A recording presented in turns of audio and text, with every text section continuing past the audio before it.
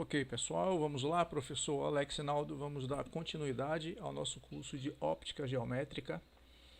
Essa é a parte da aula 7. A aula 7 nós dividimos em dois pedaços, por serem temas complexos, o ângulo limite de incidência ou ângulo limite de refração e prisma, que é a parte mais complicada, tem aquela parte geométrica ali para entender. E agora vem a parte dos exercícios. E essa parte também nós vamos dividir. Nós vamos fazer as atividades de sala, da questão 1 até a questão 4. Esse será um vídeo. Depois, as atividades propostas, nós vamos dividir em duas partes. Já que são 10 questões, vamos fazer primeiro da questão 1 a 5 e no outro vídeo das 6 a 10. Então, vamos lá. Primeira do Enem. A banda larga brasileira é lenta. No Japão, já existem redes de fibras ópticas que permitem acessos à internet com velocidade de 1 gigabit por segundo, o suficiente para baixar em 1 minuto, por exemplo, 80 filmes. No Brasil, a maioria das conexões ainda é de 1 megabit por segundo, ou seja, menos de 1 milésimo dos acessos mais rápidos do Japão. A fibra óptica é composta basicamente de um material dielétrico, sílica ou plástico, segundo uma estrutura cilíndrica, transparente e flexível. Ela é formada de uma região central, envolta por uma camada, também de material dielétrico, com índice de refração diferente ao do núcleo. A transmissão em uma fibra óptica acontecerá de forma correta se o índice de refração do núcleo em relação ao revestimento for. Bom, então, para responder essa questão, observe essa figura que vem logo em seguida aqui.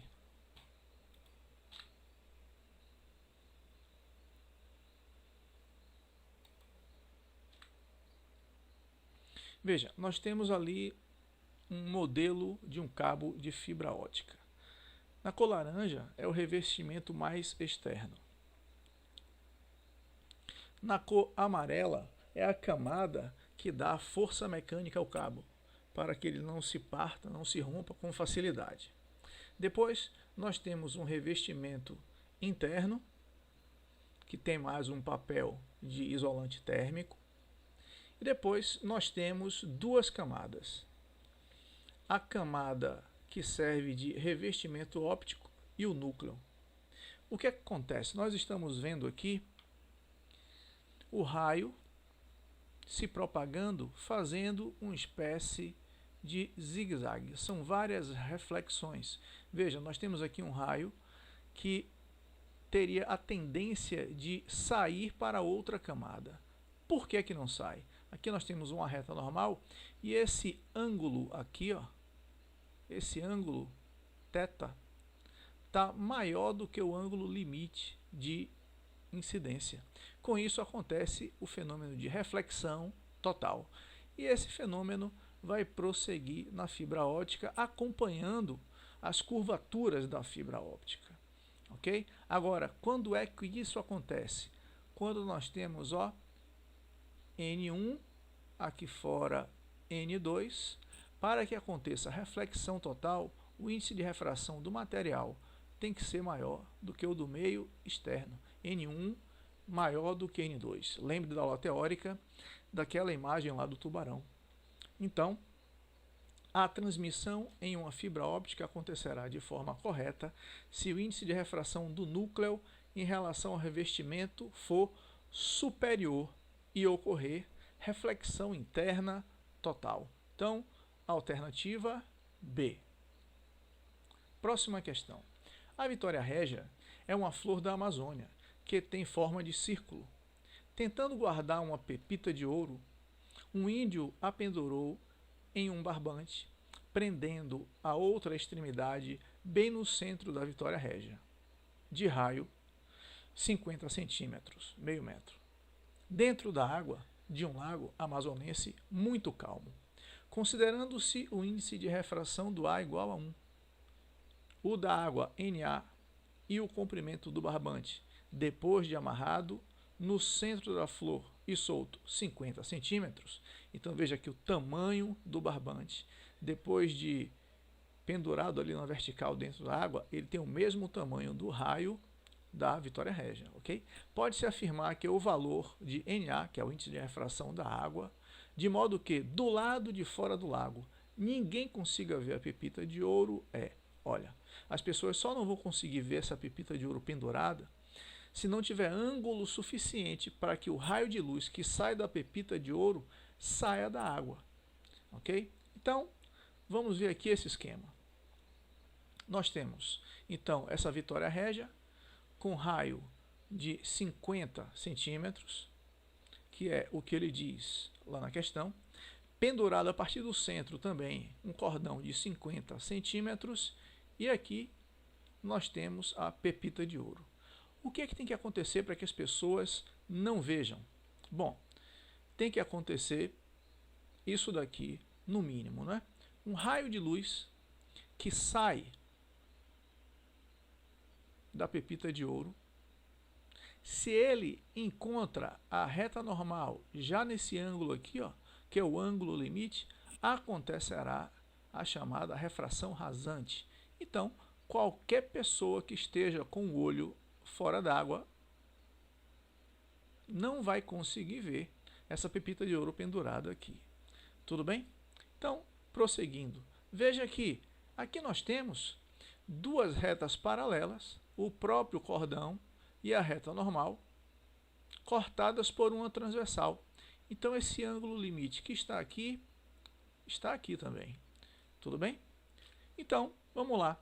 Vamos pegar essa parte desse triângulo que se formou pelo raio da Vitória Régia, pelo cordão e por essa hipotenusa. E vamos tirar o seno desse ângulo L. O que é o seno de L, já que ele está ali dentro de um triângulo retângulo? É o cateto oposto dividido pela hipotenusa.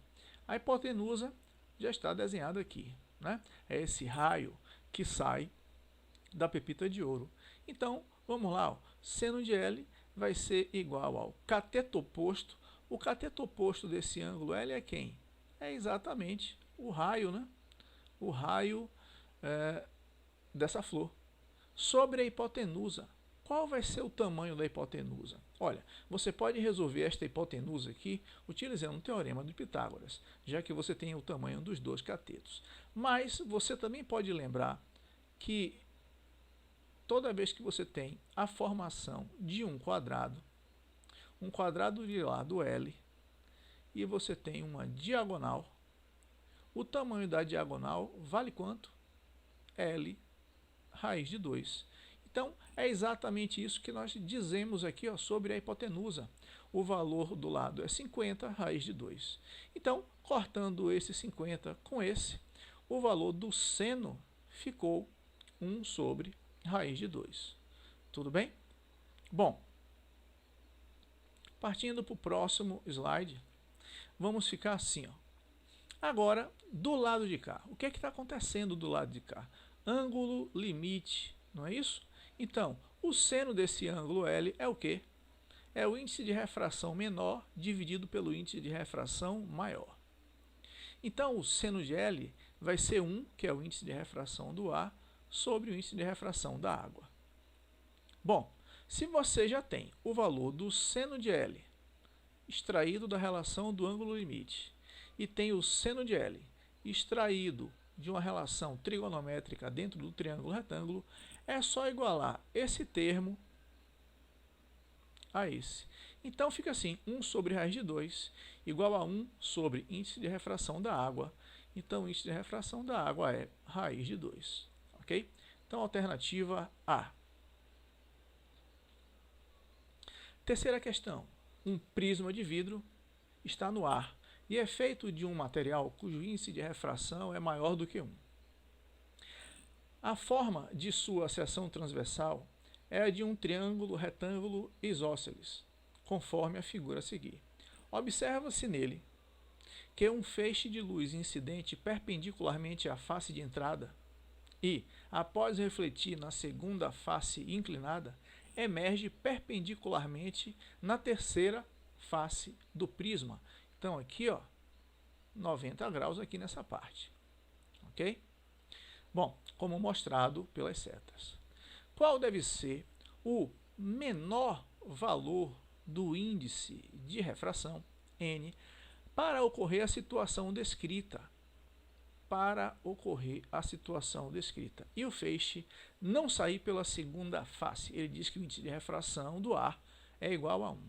Bom, vamos lá. Veja, nós colocamos aqui a reta normal.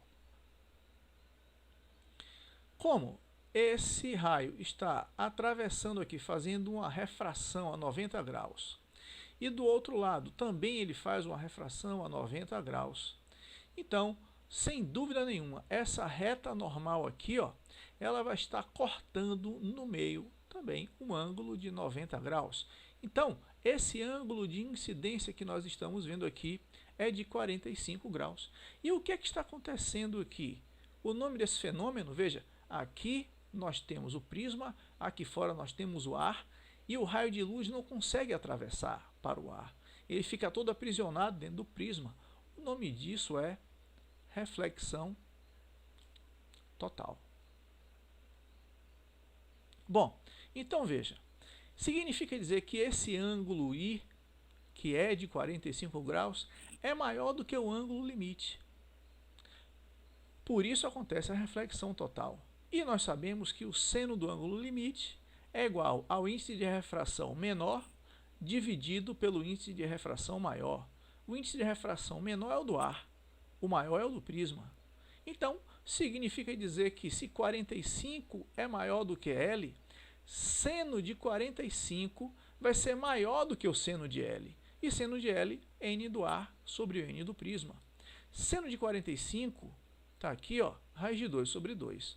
É maior do que N do ar, que vale 1, e aqui o N do prisma. Então, fazendo essa continha, você vai ver que o prisma tem que ter um índice de refração maior do que raiz de 2. Letra B. Última questão das de sala. Em um experimento realizado em um laboratório, Maria Meitner colocou uma caneta laser adequadamente protegida no fundo de um aquário e depois o encheu com um líquido desconhecido. Ao instalar o laser, ela mediu o ângulo limite, θL, para que ocorresse a reflexão total na interface com o ar, encontrando o valor de 42 graus. Bom, a figura a seguir representa o experimento, sendo que a seta no fundo do aquário representa a caneta laser e as outras, por sua vez, indicam a direção de propagação do feixe. Olha, se esse ângulo daqui, pessoal, é o ângulo limite, que ele fala na questão que é de 42 graus, então a refração está saindo por aqui, ó, refração rasante, ok? Bom, então, o que fazer nesse caso? Simplesmente aplicar a equação do ângulo limite, ok? Então, vamos lá. Seno de L. Bom, ele disse que o ângulo é 42, ok? E aqui tem, ó, seno de 42 igual a 0,67. Seno de L é 0,67, que é o índice de refração menor sobre o índice de refração maior. Bom, 0,67 está aqui e o índice de refração menor é o do ar, que vale 1. Então, esse é o índice de refração do líquido. Resolvendo essa conta, o índice de refração do líquido dá 1,49, que é aproximadamente 1,5. Então, ele só pode ser o líquido número 3, 1,5, líquido 3, letra C. Obrigado e vamos seguir nas atividades propostas.